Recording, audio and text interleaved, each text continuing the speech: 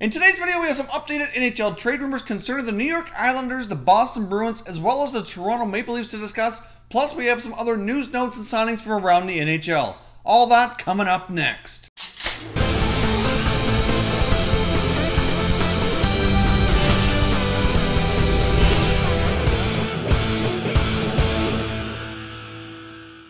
Hey everyone, and welcome back to another video here at Top Shelf Hockey. If you're new to the channel, thanks for stopping by. We review and discuss all 31 NHL teams, so if you're a huge hockey fan, consider subscribing and clicking the bell so you don't miss anything. So as I mentioned off the top, we have some rumors to discuss here today regarding the Bruins, Islanders, and Leafs. We also have some updates here on some of the unsigned RFAs, as well as some other quick little news and notes from around the NHL, so let's jump right in here. So let's jump in here and talk about a couple of NHL veterans who are unrestricted free agents but unable to find work and will be playing in other leagues this year. So if you're kind of keeping track of any pending UFAs, you can cross these guys off the list.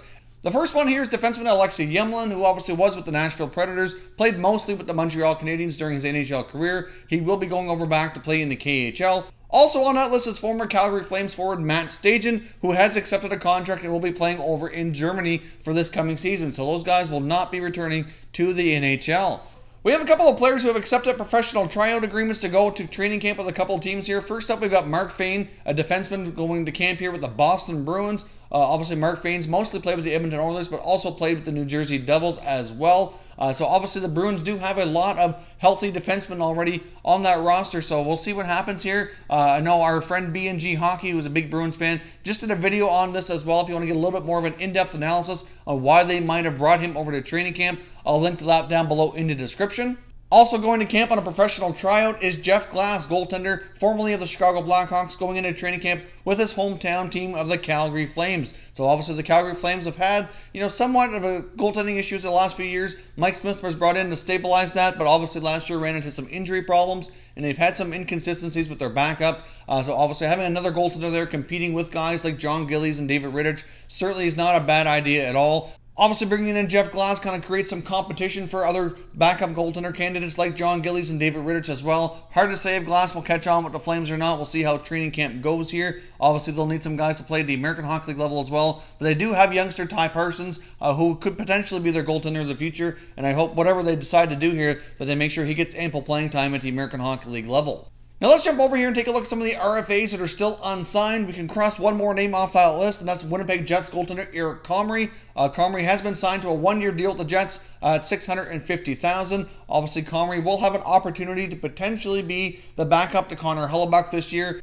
He'll be competing with other goalie Laurent Brossoit, who is obviously formerly of the Edmonton Oilers, brought into the Jets organization this year. So one of those two guys will be the backup to Hellebuyck, where the other likely will be the main starter at the American Hockey League level. Outside of Eric Comrie, though, there's still plenty of other guys on this unsigned list that are, as we're getting pretty close here to training camps. Obviously, some of the bigger names on the unsigned list include Maple Leafs winger William Nylander. We've got Vegas Golden Knights defenseman Shea Theodore. You've got Sabres forward Sam Reinhart, Devils forward Miles Wood. You've also got Darnell Nurse with the Edmonton Oilers, and of all these guys, we've heard, contract talks are ongoing with all of them. Obviously, the last thing we mentioned on Theodore was him and Vegas were quite a ways apart. I would imagine with the suspension to Nate Schmidt going down, that should increase the urgency to the Knights to get him signed. Hopefully they get that accomplished here before training camp. But the main update I have out of all these players is Darnell Nurse of the Edmonton Oilers. I did see an interview with Nurse where he did indicate that if he is not signed by the time training camp opens, that he will not be reporting to Oilers training camp. Now, the big problem with that deal is I think he's looking for more of a long-term deal, is kind of the feeling I get. However, at this point in time, he just completed his entry-level contract, so he's at 3 years in. Out of the 3 years, in my opinion, he has shown some, increased development year over year, but he really only has the one solid year. So I don't think the Oilers are really, at this point in time, willing to commit to him too long-term at too much money. And the other issue is the Oilers don't have a lot of cap space to work with. They have just shy of $4 million to sit around 3.9 and change available in cap space. So that's all I have. So right now, unfortunately, I think the leverage is in the Oilers' corner. Basically, they can say, listen, you can either come to camp, you can sign a 1 or 2 year contract, probably around $3.75 million. So they have just a little bit of wiggle room there. Obviously up to a maximum of the $3.9 million that they have available, or you can stay home and not play. So I would assume at this point in time, the 23-year-old defenseman is not going to choose to be too difficult here and stay home, because obviously that would not be good for his career. It would be best for him, obviously, to go to training camp and help the team here. So obviously that's a potential issue here for the Oilers, though, if they don't end up getting him signed and he misses the first part of the regular season. The Edmonton Oilers blue line's already kind of not a great spot for this team. So if they lose Darnell Nurse because of a contract issue here, that could just really get things off to a slower start with his Oilers, which is something that this team does not need. So we'll see here, but I do think the leverage and power holds with the Oilers team, not with the player. So hopefully they'll get him signed here in the coming week before camp opens. So let's jump over here and take a look at the NHL trade rumors. Now, the first one we're going to talk about involves the Boston Bruins. It's not really something new per se, but more of an update on it, and that involves forward David Krejci. Now, the report I came across comes from Joe Haggerty. Obviously, Haggerty covers the Bruins quite closely. I read an article of his through NBC Sports indicating that David Krejci was asked about how he felt when he found out the Boston Bruins were one of the teams that were heavily involved trying to land star center iceman John Tavares this offseason. Obviously, he didn't end up going to Boston, went to Toronto, but just the fact that the Bruins were one of the final teams involved and were being considered. Krejci indicated he didn't really enjoy listening to all the speculation and kind of wondered what that meant for his future, if he would end up being traded or possibly dropped down the lineup. Obviously, one thing with the Bruins, though, to sign Tavares is they likely would have had to make some salary cap room. So obviously, a player like Krejci, who's making $7.25 million, would have been a prime candidate to be moved out. Although Krejci does hold most of that power, where he has a full no trade clause. So obviously, they wouldn't be able to move him without his consent. And as much as he said he understands the side of the business and everything, that he was just kind of uncomfortable with the whole thing, and at the same time glad nothing really came to be. But as he indicated, he was just really uncomfortable with the whole situation and wasn't really sure what that meant for his future. But like he said, he understands that where his play is at, that he kind of understands. Doesn't mean you have to like it, but you can certainly understand the business side of the game. But speaking of David Krejci, even though he does have full control with the no move clause, I would think this is a pivotal year for him with that contract, and if his production doesn't pick up, they very well might be going to him at some point with some potential trade offers to see if they can get that salary off the books. But at this point in time, we don't really have any firm rumors to say that they are trying to move Krejci, but depending on how his play goes this year, it's certainly something wouldn't be surprised to see the Bruins take a look at. Next up, let's jump over here to the Toronto Maple Leafs. Now, the main players we're discussing in the Leafs organization for potential trades right now is the goaltenders. As we know, Frederik Andersen has got the starting position in the net under firm control here. He's been an excellent goalie for the Leafs the past couple seasons since coming over from the Anaheim Ducks. But at this point in time, they do have a lot of guys fully capable of playing the role of backup goaltender. Now, Curtis McElhinney, he's actually been pretty solid. Last year, he mostly played during back-to-back situations and put up some excellent statistics. You got to keep in mind here that they have a younger goalie in the former Garrett Sparks, who absolutely had a fantastic American Hockey League season last year during the regular season and the playoffs, helping lead that Toronto Marlies team to a Calder Cup championship. Obviously, the one key thing here is that he is going to require waivers to go to the American Hockey League should they decide to remain with Andersen and McElhinney at the NHL level. Obviously, they also have goaltender Calvin Pickard. Now, there was a report earlier in the offseason that indicated the Leafs were trying to trade Pickard. I haven't really heard anything new on that front in a number of weeks now, but obviously it wouldn't be surprising here if they did consider moving either Pickard or Sparks at the very least, because they're both going to require waivers. They're going to be an excellent tandem at the American Hockey League level again for the Marlies should they both wind up there. However, I would think that the odds of one of them, if not both, potentially being snagged on waivers would be pretty good. So I would think if the Leafs decide they want to stick with McElhinney and Andersen, that perhaps we could see one of these guys get traded. Now, of course, the other thing to keep in mind here is that even though McElhinney has performed quite well,